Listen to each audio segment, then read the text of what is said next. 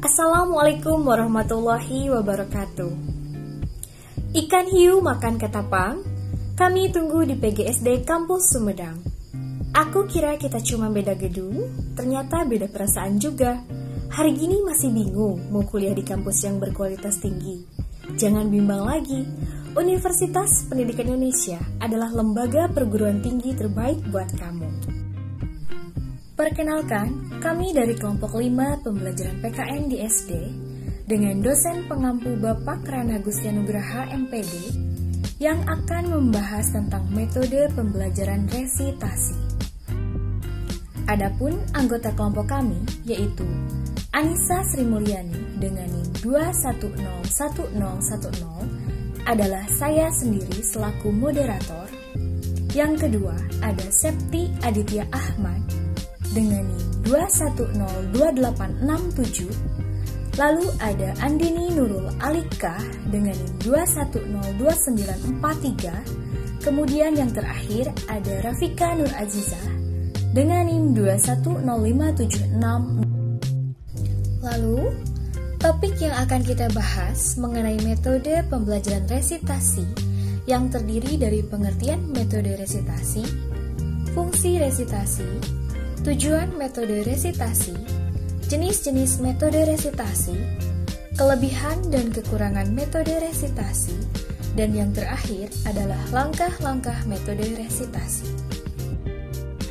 Metode resitasi adalah metode pembelajaran dengan cara pemberian tugas kepada peserta didik di luar jadwal sekolah atau di luar jadwal pelajaran, yang mana pada akhirnya tugas tersebut akan dipertanggungjawabkan kepada guru yang bersangkutan. Metode resitasi tidak sama dengan pekerjaan rumah, melainkan lebih luas daripada itu, yang mana pada saat pelaksanaannya, seorang guru harus mampu menstimulus agar siswa lebih berperan aktif dalam proses pembelajaran sebelum pada nantinya sebuah tugas tersebut diberikan guna mencapai tujuan pembelajaran. Materi yang selanjutnya yaitu ada fungsi dari metode resitasi.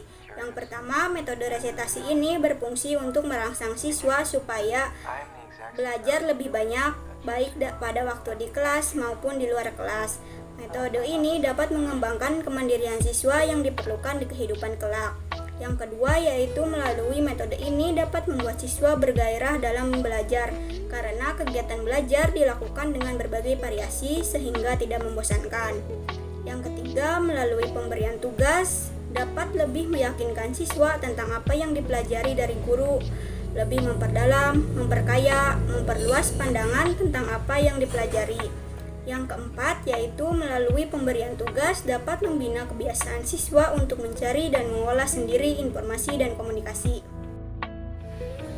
Baik, di sini saya akan menjelaskan mengenai tujuan metode resitasi. Tujuan yang pertama yaitu ada siswa dapat memiliki pemahaman yang mendalam mengenai materi pelajaran yang telah disampaikan dan juga telah mereka pelajari. Kemudian yang kedua ada melatih siswa untuk bisa belajar sendiri dan mandiri dalam mengerjakan tugas.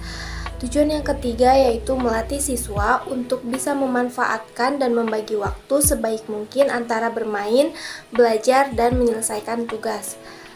Tujuan yang keempat yaitu ada melatih siswa untuk bisa berpikir kritis dan menyelesaikan tugasnya sendiri dengan cara yang tepat. Kemudian tujuan yang terakhir yaitu siswa akan memiliki pengalaman belajar yang lebih baik dari kegiatan yang dilakukan di luar kelas. Kemudian yang selanjutnya yaitu ada jenis-jenis metode penugasan dalam pembelajaran atau yang biasa dikenal dengan resitasi. Jenis-jenis tersebut terdapat dua jenis. Jenis yang pertama yaitu ada penugasan individu. Penugasan individu merupakan sebuah bentuk penugasan yang dibebankan kepada masing-masing siswa. Tugas secara individu lebih ditekankan kepada pembinaan kognitif, afektif, dan psikomotorik siswa secara individual. Melalui tugas individu ini, siswa dituntut untuk menunjukkan kesanggupan dan kerajinannya masing-masing. Meskipun demikian, siswa tetap diberikan kesempatan untuk berinteraksi atau berdiskusi dengan siswa lain, tetapi tugas yang diberikan harus tetap dikerjakan secara perorangan. Kemudian jenis yang kedua yaitu ada penugasan kelompok. Penugasan kelompok dalam metode resitasi adalah bentuk tugas yang diberikan guru kepada siswa untuk diselesaikan secara berkelompok. Jenis metode resitasi ini digunakan oleh guru untuk membantu siswa supaya mereka mampu bekerja sama di dalam kelompok-kelompok yang telah dibentuk untuk menyelesaikan tugas yang diberikan oleh guru. Di sini siswa didorong atau dimotivasi untuk bekerja sama untuk mengerjakan sebuah tugas dan mereka harus mampu mengkoordinasi usahanya menyelesaikan tugas dalam kelompok. Lalu ada nih langkah-langkah metode resitasi. Untuk memaksimalkan penggunaan metode resitasi ini, ada beberapa langkah yang perlu diperhatikan. Yang pertama, guru memberikan tugas kepada siswa. Tugas yang diberikan itu hendaknya mempertimbangkan tujuan yang akan dicapai. Jenis tugas bersifat jelas, tepat, sehingga siswa mengerti apa yang ditugaskan kepadanya. Kesesuaian tugas dan kemampuan siswa, ada atau tidaknya sumber yang dapat membantu pekerjaan siswa, dan tersedianya waktu yang cukup untuk mengerjakan tugas tersebut. Kemudian yang harus diperhatikan, poin kedua adalah pada waktu siswa melaksanakan tugasnya. Guru hendaknya memberikan bimbingan dan pengawasan, mendorong agar siswa mau mengerjakan tugasnya, mengusahakan agar tugas itu dikerjakan oleh pelajar sendiri, artinya tidak menyuruh orang lain, serta meminta kepada siswa untuk mencatat hasil-hasil tugasnya secara sistematis. Kemudian yang terakhir, langkahnya adalah guru meminta laporan tugas dari siswa, baik secara lisan maupun dalam bentuk tulisan, mengadakan tanya jawab atau menyelenggarakan diskusi kelas, menilai hasil pekerjaan siswa baik dengan tes maupun dengan non-tes ataupun cara yang lain. Dalam penggunaan suatu metode itu pasti akan luput dari suatu kelebihan dan kekurangan. Begitu pula dengan metode ini.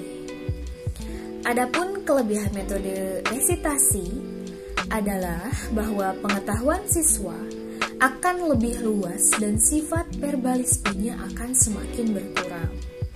Kemudian yang kedua, siswa lebih mendalami dan menyelami sendiri pengetahuan yang dicarinya, sehingga pengetahuan itu akan tinggal lama dalam ingatan jiwanya.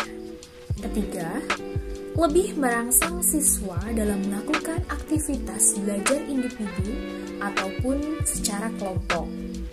Kemudian yang keempat, ada bahwa dapat mengembangkan kemandirian siswa di luar pengawasan guru. Yang terakhir adalah dapat menumbuhkan kreativitas, usaha, tanggung jawab, dan sikap mandiri siswa, serta memperkaya pengetahuan dan pengalaman siswa itu sendiri. Demikian pemaparan dari kami mengenai metode pembelajaran resitasi. Mohon maaf apabila ada kesalahan. Wassalamualaikum warahmatullahi wabarakatuh.